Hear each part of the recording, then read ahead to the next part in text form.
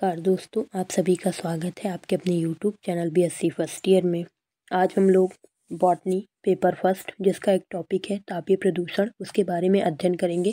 तापीय प्रदूषण में हम उसकी परिभाषा, तापीय प्रदूषण के मुख्य स्रोत, तापीय प्रदूषण के प्रभाव और तापीय प्रदूषण का नियंत्रण कैसे करेंगे इसके बारे में अध्ययन करेंगे। इससे पहले के टॉपिक में हम लोग जल प्रदूषण, वायु प्रदूषण, मृदा प्रदूषण, ध्वनि प्रदूषण के बारे में अध्ययन कर चुके हैं, जो हमारे प्लेलिस्ट में अवेलेबल है, जिसकी लिंक डिस्क्रिप्शन बॉक्स में अवेलेबल है। और इस पीडीएफ की लिंक हमारे टेलीग्राम चैनल में अवेलेबल है, जिसकी भी लिंक हमारे डिस्क्रिप्शन बॉक्स में अवेलेबल है। आप एक बार जा कर के चेक कर लीजिए। तापीय प्रदूषण की शुरुआत करते हैं। तापीय प्रदूषण को अंग्रेजी में बोला जाता है थर्मल पोल्यूशन। इंट्रोडक्शन यानी परिचय।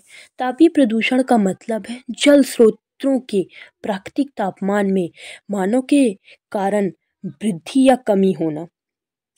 इसमें इस लाइन का मतलब ये है कि जल प्रदूषण, जैसे कल कारखानों वगैरह से गर्म पानी निकला, उसको हम लोग जल में तुरंत प्रभावित कर देंगे तो प्राकृतिक तापमान से उसका तापमान वृद्धि हो जाएगी, जिससे थर्मल प्रदूषण उत्पन्न होता है। यह मुख्य रूप से उद्योगों, बिजली संयंत्रों और अन्य संस्थानों द्वारा गर्म या ठंडे पानी झीलों, नदियों और महासागरों में छोड़ने से प्राप्त होता है। फिर आ जाते हैं तापीय प्रदूषण के कारण क्या होते हैं। फर्स्ट, बिजली संयंत्र। तापीय और परमाणु ऊर्जा संयंत्र शीतलन के लिए पानी का उपयोग करते हैं। जैसे तापीय और परमाणु ऊर्जा संयंत्र होते हैं, पानी का उपयोग करते हैं, शीतलन के लिए पानी का उपयोग करते हैं और गर्म पानी को सीधे जल में छोड़ देते हैं। जब वो चीज़ें ठंडी हो गई और उससे जो प्राप्त गर्म जल हुआ तो उसको छोड़ देते हैं सीधे जल स्रोतों में, जिससे वहाँ का पानी हो गया गर्म और हो गया तापीय प्रदूषण। दूसरा, औद्योगिक कचरा। उद्योगों से निकला गर्म पानी और तरल पदार्थ जल के तापमान को बढ़ा देता है। उद्योगों से भी जो गर्म पानी निकलेगा और तरल पदार्थ, वो जल के प्रदूषण तापमान को तो बढ़ाएगा ही। वनों की कटाई। पेड़ों की कमी से जल स्रोत पर छाया कम हो जाती है। जैसे जल स्रोत के आसपास पेड़ पाए जाते हैं, जब उनकी कटाई हो जाएगी तो धूप डायरेक्ट जल स्रोत में आएगी, जिससे उसका तापमान बढ़ जाएगा और हमारा थर्मल प्रदूषण उत्पन्न हो जाएगा। मिट्टी कटाव। जल स्रोतों में मिट्टी के कटाव से तलछट बढ़ जाती है, जिससे पानी गर्म हो जाता है। पांचवा, जल विद्युत बांध। बांधों के निर्माण से जल प्रवाह बदल जाता है, जिसमें पानी के तापमान में अंतर आ जाता है।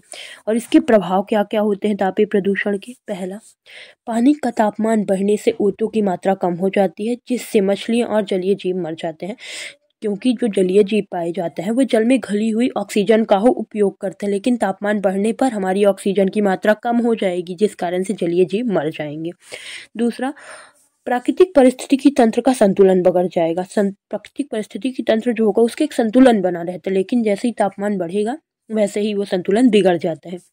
तीसरा, जलीय जीव की विविधता कम हो जाएगी, क्योंकि वाटर में ऑक्सीजन लेवल कम हो जाएगा, जिससे जलीय जीव की जो संख्या होगी उसमें कमी आ जाएगी। चौथा, गर्म पानी में शैवाल तेजी से बढ़ते हैं, जिससे पानी की गुणवत्ता खराब हो जाती है। गर्म पानी जहाँ पर पाया जाता है वहाँ पर शैवाल बहुत ज़्यादा बढ़ते हैं, तो हमारे पानी की गुणवत्ता भी खराब हो जाएगी शैवालों के कारण। अब तापीय प्रदूषण का नियंत्रण कैसे कर सकते हैं। उद्योगों और बिजली संयंत्रों के लिए कूलिंग टावर या तालाब का उपयोग। जो उद्योग होते हैं, बिजली संयंत्र होते हैं, उसमें कूलिंग टावर का यूज़ करना चाहिए और तालाबों का उपयोग करना, उस तालाब में पानी फेंकना चाहिए, ना कर कि जो जल स्रोत है, बड़ा जल स्रोत है, उसमें जा कर के। दूसरा, जल स्रोतों में पानी छोड़ने से पहले उसका उचित उपचार करना चाहिए।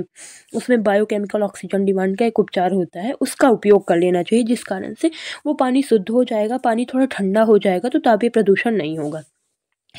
पेड़ लगाकर जल स्रोतों को छाया प्रदान करें। पेड़ लगा रहेगा तो जल स्रोतों को छाया प्रदान होगी, जिससे भी पानी की तापमान नहीं बढ़ेगा। चौथा, लोगों को तापीय प्रदूषण के दुष्प्रभाव के बारे में जागरूक करना।